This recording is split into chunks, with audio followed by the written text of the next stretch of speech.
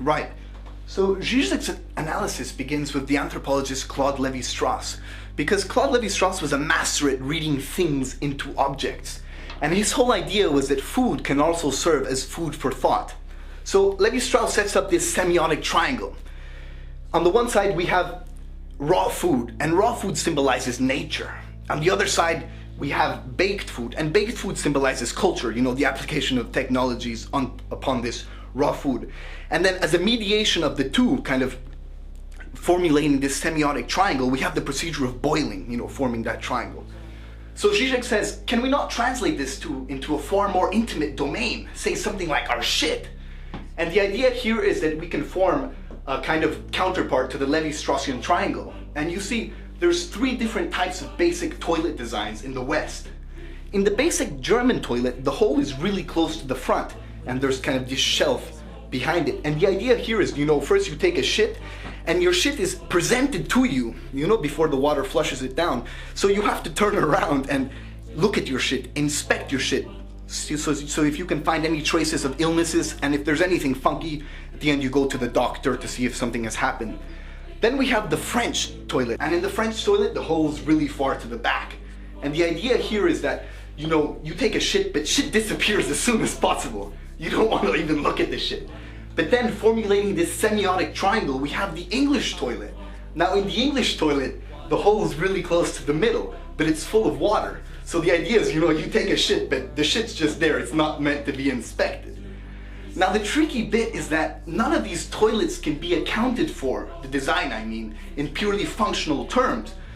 It's almost as though there is a sense in which the subject has this relationship between this uneasy excrement. So it represents this existential attitude, the way the subject relates to his shit.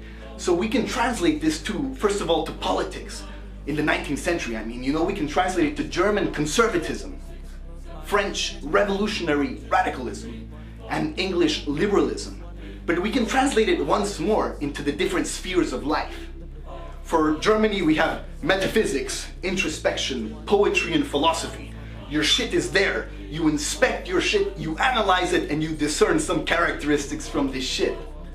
With regards to France, it's revolutionary radicalism. Your shit, no shit, not even theory, all action, all the shit, you simply disappear, you don't even want to see your shit, all goes and do away with it.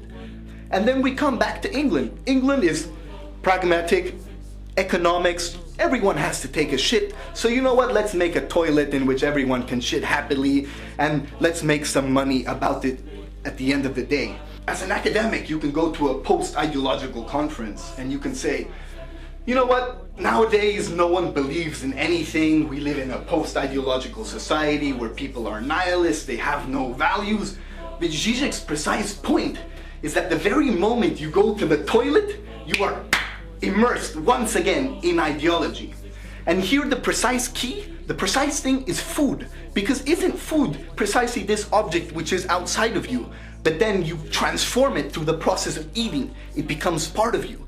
But now the tricky part is when you go back to the toilet, because when you go to the toilet, the excrement comes out. So the subject-object paradigm is reified. But this object that has come out of you has traces of you. So you can realize why you would want to contemplate such a thing. So then finally, if we translate it back to Marx, remember Marx in the German ideology, he puts it very clearly. It is not consciousness that determines life, but on the contrary, it is life that determines our consciousness. So the idea is that the final lesson we can draw from this is that, there's nothing more material than toilets. This is the place where I sit down every day and I ponder the intricate nature of the universe.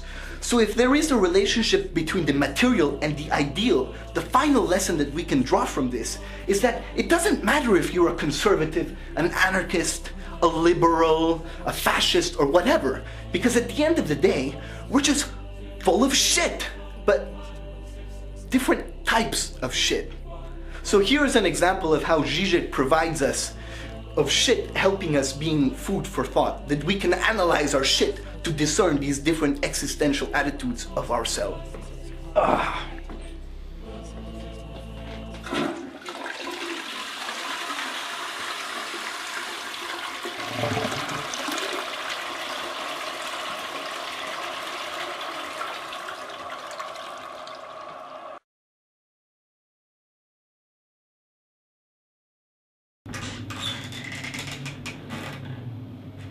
condom machines in toilets. Condom machines in toilets? I hope you're gonna wash your hands, that's all I'm gonna say.